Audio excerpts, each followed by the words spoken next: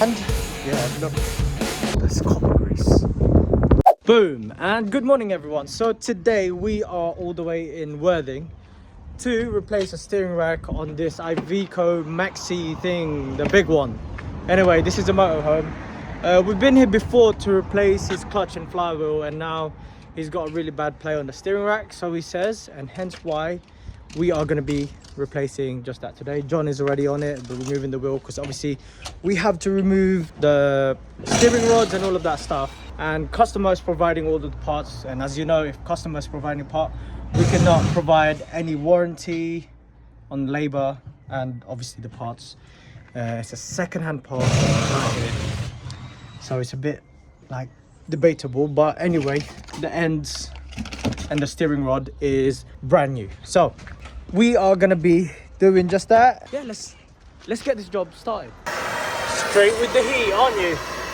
You're not taking chances, are you? Nice, John. This motorhome is a little bit old, so I can understand why John jumped straight into using the heat. The job is relatively easy. We just had to remove both tie rod ends and 4 bolts holding the steering rack to the chassis. After that, we can slide it out of the van. Cool, now that the steering rack is pretty much just hanging in there, the next thing that we've got to do is to remove it from the actual steering column. That is connected and it's visible to us on the other end. So it's just removing, I believe it's a H5 or something that is on that, so let's get that removed. Obviously, before we remove the steering rack, we have to make sure that this is locked in place, because you don't want that to move, otherwise it's just all going to go in a whack. And also, so you've got to make sure that this is the last thing that you remove, because you don't want it dripping all on you. Yeah, we're going to remove everything first before finally removing this piping over here. Yeah, so we are draining this now, because this is pretty much the final piece into removing the steering rack. Oh god, it's so good, bro. What is that? Right, so this is pretty much the final steps. Basically, let that drain out. So we are gonna have probably a 5 minutes rest, wait for this to drain out, because I don't want to be smelling like ATF. So catch you guys when we get back. ATF stinks. Smell it? Put it in your mouth. Oh. Right, is that done draining? Yeah. Yeah, is it just small drips now, because I can't be asked to smell like ATF? Yeah, that's done, mate. Yeah? Yeah. Nice.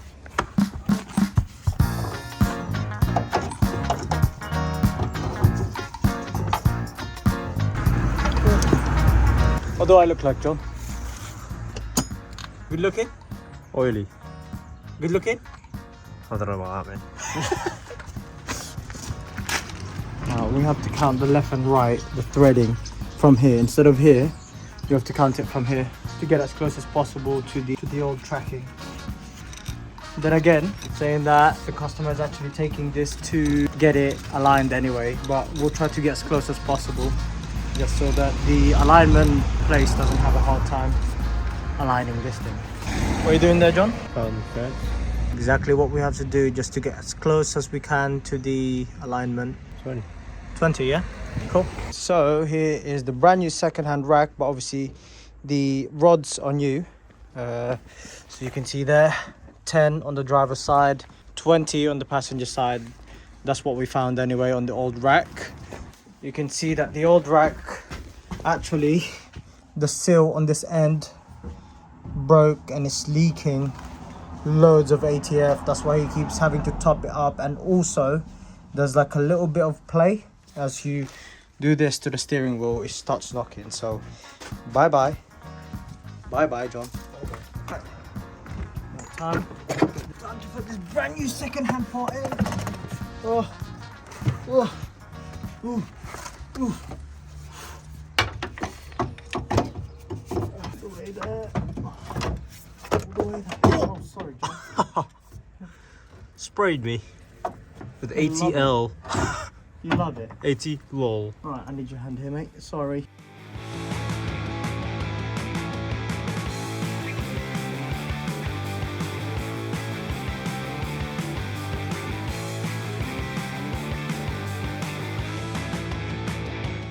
Bish bash bosh, and she's back in just like that.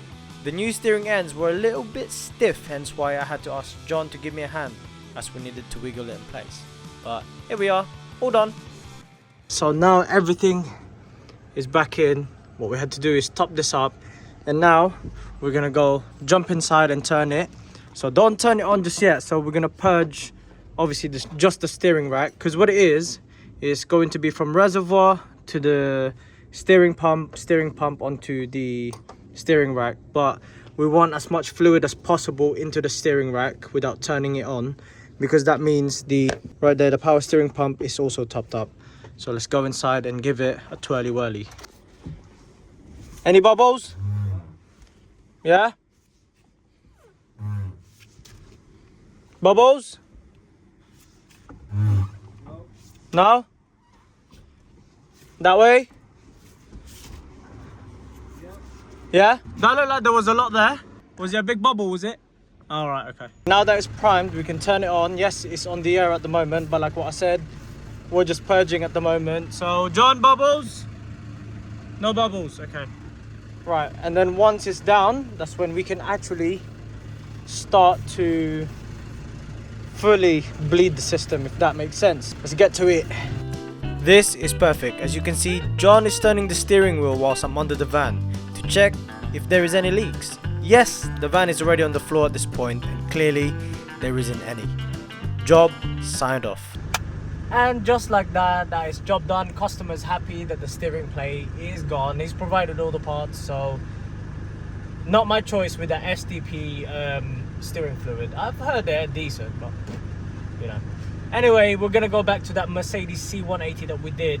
So if you watch the previous video, link is gonna be right here. It's we're gonna have to replace the wheel bearing and also the shock absorber. So let's get to it. We've got 23 minutes to drive, so catch you there. Right, so we are back on this Mercedes again. That is what we're going to be tackling today, and also the wheel bearing. So that wheel bearing is going to give us The trouble of a lot of trouble. yeah. The shocks are okay to do. That wheel bearing, on the other hand, isn't. It's going to be a long one. What's that green stuff? Grease, mate. Now that we've got everything off, like I'm talking everything, I'm talking about the brakes and stuff like that, what we're gonna do is first replace the wheel bearing, because that is a massive ball ache. And then after that, what we're gonna do is we're gonna replace the shock absorber whilst this is off. I've taken every single bolt out anyway for the thingy now, for the shock absorber.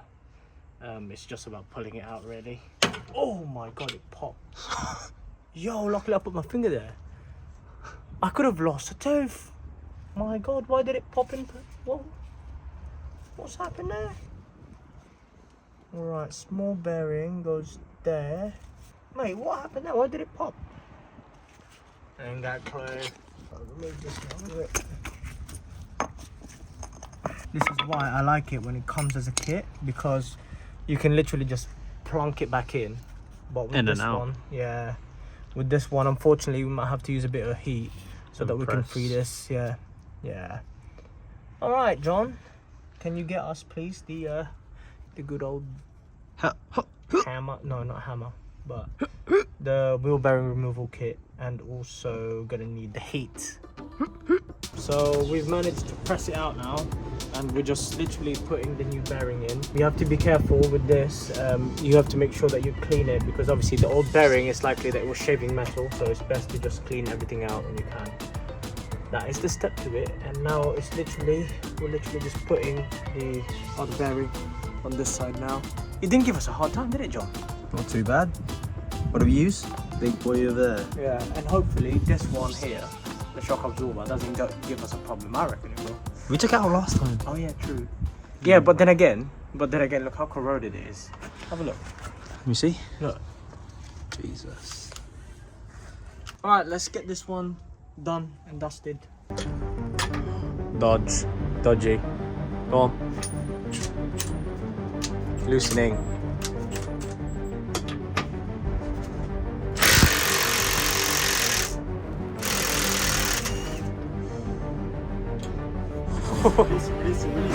No, not yet. Take that off.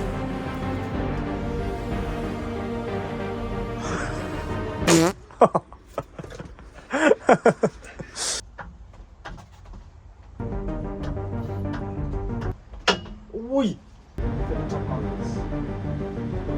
Quick.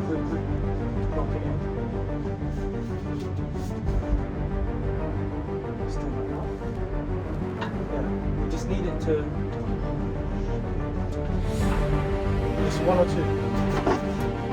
No, just one or two threads.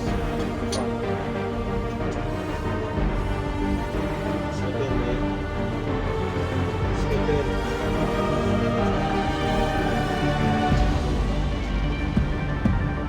Almost died. How was that, John? I'm bloody scary. I thought you're not scared of anything. Scared of Anything, eh? Scared of anything. You're not scared of anything, you said. Scared of anything. Yeah. Bonk. Yeah.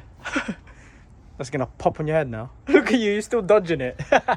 Right, so that is us complete with that. It's like what I said before, it's pretty straightforward anyway. Oh, I need to bring that thingy done. Yeah, 3 bolts holding this shock absorber. You have the wheel bearing as well, which is pretty straightforward. It's being held by like a 5mm hex, and then that's it pretty much. Undo that and you'll be good to go. And now John is just cleaning the disc. We're gonna torque it to spec now, and right, now that we've got obviously the wheel bearing on and we've fixed the reluctor ring and all of that stuff, what we're gonna have to do is to jump back in the autel to see if the ABS light is still on, and we should be able to see reading coming from the ABS sensor on the right. So let's go and have a look. All right, John, go turn the wheel please. Hopefully we don't have to replace that sensor. Yeah, seems like we do. Seems like it's been rubbed down. How unfortunate. All right, let's go. Right, so out with the old, in with the new. Quite annoying having to remove that just to replace an ABS sensor really, but they've got a clever idea as well, which is like, come here John, which is to basically tangle these two, so that this one is the sensor for the brakes, this one is for the ABS sensor, and it just goes there, right there. But it's annoying, really. It's annoying having to remove the whole wheel arch liner, but anyway, let's get this on. Stop complaining, innit John? Yeah. You keep on complaining. Go on, carry on. Hurry up. Chop. Right, so whilst we're here, before I put everything back in, right, so that I don't get frustrated having to take everything out again, I'm just gonna have a quick go at turning this. So let's have a look. Yeah, there you go. She's reading. That's good. Done. Yeah, you can see it here. With the old sensor, it's been rubbed down because obviously the bearing was pushed back. So yeah, it probably heated up, and you know what happens with magnets? This is what it is basically. Magnet, that's what it is. When it heats up, obviously whilst it's getting rubbed down, it loses the magnetism. So let's move on to the next job. All right, so now we are here on the second job. John, what have we got here? Got an Audi here, mate. Electronic parking brake. Electronic parking brake. All right, okay. So the AA man's already been here, and he basically said that this vehicle right here has got an electronic parking brake fault, and he advised the customer to replace the parking brake control module. I'm not sure how he went on about diagnosing that, so we will check if that was required or not. So I'm going to ask the customer for the old control module. It is common for them to go, but we want to run our own diagnostics, and hence why I told the customer straight away we will be running our own, because you don't really know what's actually happened. Customers check the fuses, scanned it and stuff like that, and it's coming up with electronic parking brake fault, but it could be the wiring, the caliper and stuff like that, so we don't know just yet. We'll find out. Right, so far we've got all these codes here. So as you can see, the parking brake button, that's what it's saying here. Control module, open circuit, but that's passive because obviously he's replaced it, and that's why that's come. It's calmed. That's why it came up. And you've got the electromechanical parking brake button again. So that's that. And vehicle inclination and plausible signal. That I'm not entirely sure of, but I will find out for sure. So obviously we can't do anything with this. It's just showing that it's the button and all of that stuff. So the next thing that we got to do is we have to check the electronic parking brake module to see the pins and stuff like that, if they're all working fine or not. So test all of the corners. I'm just gonna check the pins and all of. What is that? Gosh.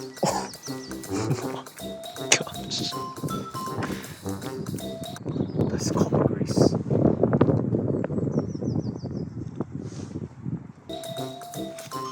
This one's fried, boy. That one's fried, boy. Deep fried. Oh my days, look.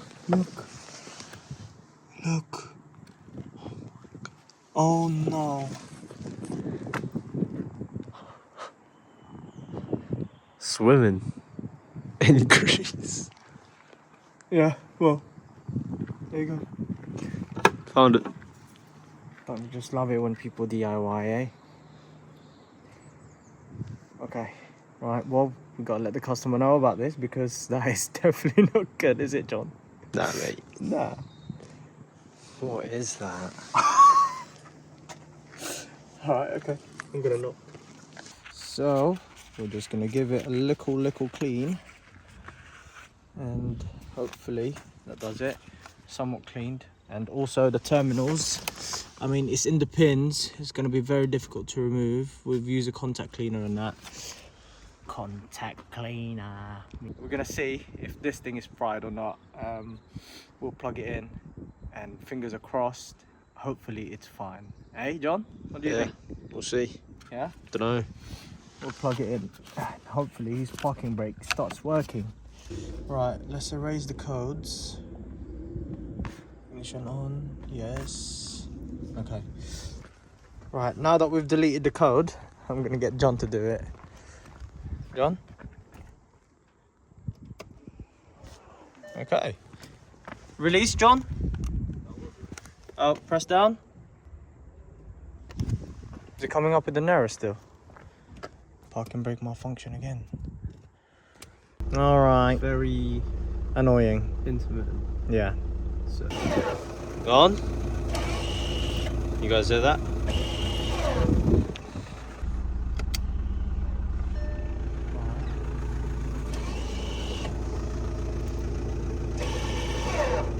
Then it, there you go. Oh, that worked. It's the button. So we will remove the button and then we'll test the circuit to see if the button needs replacing or not. Because it's likely that it's that, because I have to mush it before it activates. And also concerns me a little bit that it's saying that it's vehicle too steep. So we're going to put the control module back where it actually lives, because it's got a yaw sensor in it. So you can see it here. Look, it says that the vehicle is parked too steep. So activated, and then you can see it right there. So we're gonna have to check if it's gonna make a difference once everything's put back together. Parking brake malfunction. Yeah, this one's finished. Oh, there you go. just worked. Working again. So yeah, we'll have a look, man. Okay, now the customer actually mentioned to us just now that before this fault has happened, I asked him what happened before, and he didn't actually tell me. He was just like, oh yeah, I parked it and it stopped working. He's literally just told me now that before it happened, he couldn't even move the switch up or down, like it was stuck. So now what we're going to do is we're going to have a look at that switch to see if there is something that is blocking it. Best case scenario is to basically just remove whatever that element is. Worst case scenario is to replace this button, and as you can see here, that is the only code that keeps on coming up. Worst case scenario, replace that. Alright, okay, we've taken that off now. Oh, Look at all that, mate. That's probably what he meant by dislodged, eh? That's grim, look at that. We're gonna try if cleaning it works, alright? It's not a promise, but obviously it's the cheaper way for the owner to save money on buying one of these. It seems like there's no corrosion whatsoever on the wiring, but we are still yet to check the integrity of all of the pins in there. We're gonna do that as well, but first we'll clean it. If it still doesn't work, then we're gonna check this, and if they all check out fine, we're gonna be replacing this thing. Damn. So we've just cleaned off the gunk and all of that, but you can see those blue corrosions on the contact pins. So right there, that's an electrical corrosion. Same on this side as well, there is a little bit there. So that tells us what, John? change it off. Change the alternator! I thought you were going to say change the turbo. So we've improved the consistency of it, but ideally we'd want this replaced, really. Go on, John. Ready? Yeah. Yep. Yep. Yep. Oh my gosh. That's crazy! All we did was change the alternator, really. Well, yeah, now that it's been cleaned up, we might not need to replace it. It's showing that it's still too steep. That's the reason for that. It's blinking. Oh, it's blinking. It's blinking. Hold on. Let's turn it on. There you go. Whenever you put it on park position, it's still blinking. Well, I reckon I would condemn that as fixed, but I would also advise to get this replaced if it was to happen again. Now that we've put it in the right place, we're gonna see if it's still going to say park too steep. The yaw sensor is probably reporting that the car is tilted upside down. But let's see. Close the door. Alright. Alright, look, it's not flashing anymore. Go on, John, release. Okay, now activate. Happy days, John! Hey! There you go, no more flashing red light. There you go. Yay! Okay, so we are now on this next job, which is a Vauxhall Vivaro 1.6 bi-turbo. This is actually a subscriber's car, and as you can see right here, I've just turned it on and give it a little rev. Oh, it's gone now. Oh, yeah, but it was, you can see right there, it just blew out some mad smoke. I think that's just, no, that's not it. But yeah, it blew out some crazy amount of smoke. Let me see if I can replicate it again. There you go. There it is. And yeah, look. And from what I am thinking, it's very common for the turbo on this to go. I don't want to rev it any further because it might go and run away diesel. We're going to check what's happening under the bonnet. So we're going to be checking the turbo vane because I know that is very common for this to go. Go and have a look. Right, so I checked on the scanner. There is only really the glow plug relay, exhaust gas temperature 3, etc, etc. There's nothing basically that would cause this van to smoke. So now I am going to check the turbo to see if it's got any play. If it does, obviously that means that he's going to need it replaced. If it doesn't, then we're going to check the other turbo as well, because it's a as you know, it's a twin turbo. So I can see you, John. I can see you. What is that? Test long, mate. Brilliant. Brilliant equipment. Got the light and everything. That right there is already a bad sign. This is on the intake side and it's muggy already. Goodness me. How clear is the image? I can't see a thing now. You can see it right there. That turbo side is leaking. That is the second turbo right there at the top, and that is what that turbo looks like. Unfortunately for this customer, his turbo is completely shot. The shaft is excessively playing. As you can see right here, it's starting to leak oil into the intake side, which is very bad as it can cause the engine to run away. We have advised the customer to get it sorted at a garage, as this job is a little bit too much for us to take on the floor. If you want to see what a runaway diesel can do to an engine, just watch the pop-up link on your screen now. So let's move on to the next job. Right, okay, so now we are done with that Vauxhall Vivaro. Unfortunately, we won't be able to take on that job. It's too big of a job, let's just say, to do it on a driveway. It's easier to take the engine out with that one and then replace the turbo instead of having to mess around with the subframe and all that stuff. It would have been good money, but I just not gonna do it. It's just too long. But anyway, now we have got this Audi A4 2.0 TDI on this. Customer is saying that it doesn't boost, right? Pretty much.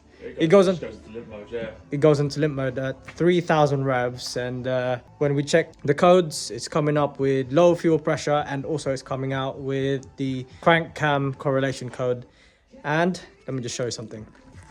There you go. So at the bottom, we are fully timed up. As you can see there, the groove is lined up, but you can see it on this that it is just just slightly out. That's probably like a tooth out. And same with the high pressure fuel pump as well.